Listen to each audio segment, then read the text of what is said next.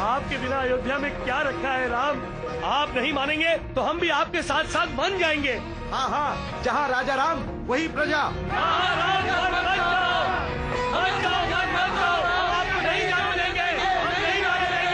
राम के बिना अयोध्या में कोई नहीं रहेगा। करने दो सूनी अयोध्या पर भरत को राज। हम भरत को राजा नहीं बनने देंगे। हम विद्रोह करेंगे। हाँ हाँ करेंगे।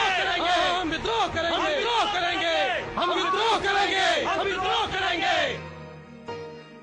शांत हो जाइए, शांत हो जाइए।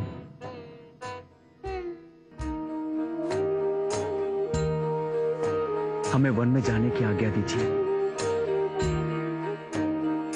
प्रभु हम तुम्हारे संग संग चलेंगे। जहाँ तुम रहोगे वहीं हम रहेंगे।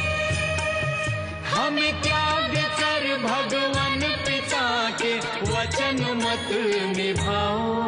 वनवास को मत जाओ। रुक जाओ प्रभु रुक जाओ। हे राम जी मत जाओ।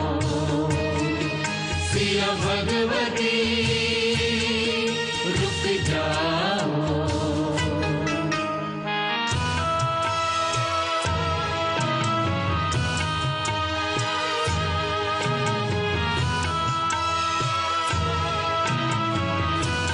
आप सब अंधेरा होने से पहले अयोध्या लौट जाइए। हम लौट जाने के लिए आपके साथ नहीं आए हैं। हम आपके पीछे पीछे आएंगे राम। परंतु कब तक? 14 वर्ष तक। हम अपने राजा राम के साथ ही रहेंगे। हाँ हाँ, हम अपने राजा राम के साथ ही रहेंगे। आप सभी विश्राम करें। कल सुबह उठकर हम इस पर विचार करेंगे। हे प्रियजनों हट जाओ। पूर्ववासियों हट जाओ। हट मत करो। हट जाओ। पथ छोड़ दो। हट जाओ। मत जाओ। श्री राम, सिया और लक्ष्मण निकल पड़े हैं वनवास की ओर।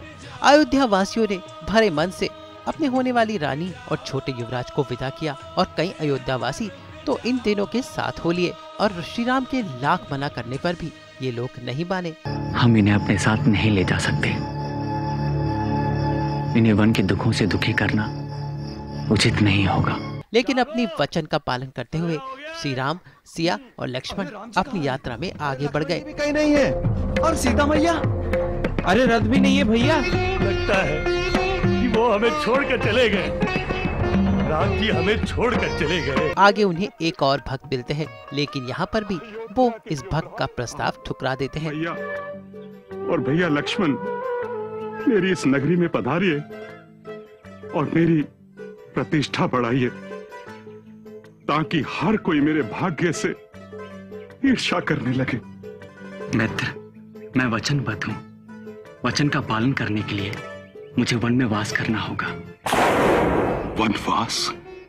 मुझे 14 वर्षों तक मुनियों का व्रत और वेश धारण करके मुनियों जैसा भोजन करके वन में ही रहना है। इसीलिए तुम्हारी नगरी में प्रवेश मेरे लिए वर्जित है। तो प्रभु, आप मुझे भी साथ रहने की अनुमति दीजिए ताकि आपकी सेवा करने का जो मुझे अवसर मिलेगा उसका मैं भरपूर लाभ उठा सकूं। इसके बाद उन्हें मिलता है केवट, जो उन्हें नदी पार कराता है। भैया केवट, नाव किनारे पर क्यों नहीं लगा देते ताकि सीता आसानी से नाव पर बैठ सके? वाह रघुनंदन, दूसरों की नाव मझधार में हो उसे डूबने ही नहीं देते। मेरी नाव किनारे पे डुबो देना चाहते हो? तुम हमें गंगा के उस पार नहीं ले जाओगे? ले जाऊंगा लखन जी, परंतु एक शर्त पर। केवट, अब तुम इतने बड़े हो गए कि प्रभु से शर्त रखोगे? अगर मेरी नाव से गंगा पार करना है रघुनंदन जी, तो आपको मेरी शर्त स्वीकारनी होगी। पहले शर्त तो बताइए भैया।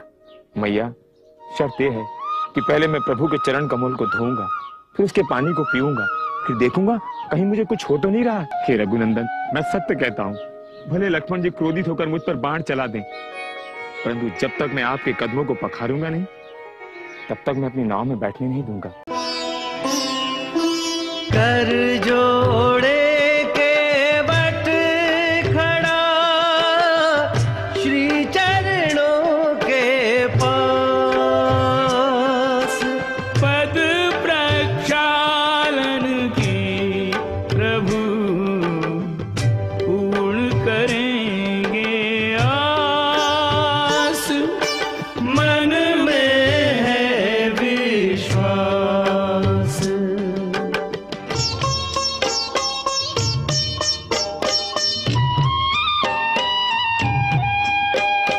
गंगा के दाता गंगा से मिलने आ बैठे गंगा के किनारे।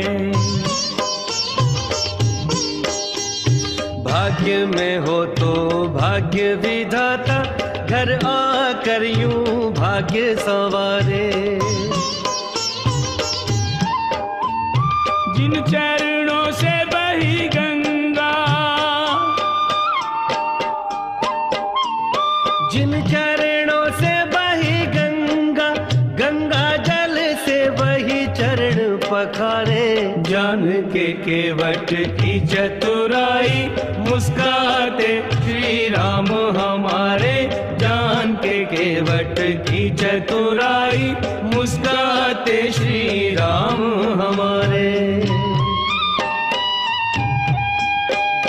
जो पद पावन जो पद निर्मल केवट उनको मलमल धोए। करुणा दया से भीगे हुए जो बाबरा उनको जल से भिगोए। केवट प्रभु की भक्ति में खोया, केवट प्रभु की भक्ति में खोया, भगवान भक्त के प्रेम में खोए। ये पद जिसके हाथ लगे उसे भाग्य पे काहे गर्व ना होए। ये पद जिसके हाथ लगे उसे प्राप्त परम पद निश्चित होए। और इस तरह राम सिया और लक्ष्मण अपने 14 साल के वनवास का काल आरंभ करते हैं। कर चरणामृत पान, चला बिठाने नाव में भगवती और भगवान। सुमंत अभी तक आया क्यों नहीं? धीरज रखिए महाराज, सुमंत अवश्य लौटेगा।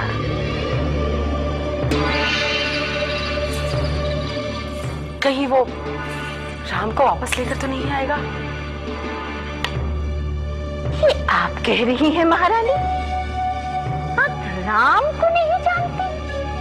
सूर्य चंद्र अपने स्थान से नीचे गिर सकते हैं, अग्नि शीतल हो सकती है, वायु अग्नि के समान दाहक हो सकती है, परंतु राम अपने धर्म से विचलित नहीं हो सकता महारानी। राम का धर्म पालन ही हमारी शक्ति थी। उधर अयोध्या में जहाँ केकई और मंथरा खुश हैं, वहीं पर दशरथ का बुरा हाल है। राम राम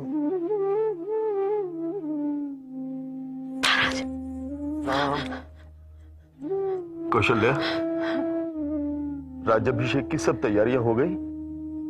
राज्याभिषेक? होश में आइए महाराज। जो कौशल्या से अपने मन की बात कह रहे हैं। अब राम का नहीं, भारत का राज्याभिषेक होगा। जो कौशल्या के साथ अपना दुख बांट रहे हैं। राम, महाराज, मेरा राम आ गया, मेरा राम आ गया। राम, महाराज, राम। आगे दिखाया जाएगा वनवास का ये प्रकरण, और इसी के साथ राजा दशरथ की बिगड़ी हुई मनोदशा भी आगे दिखाई देगी। राम, राम।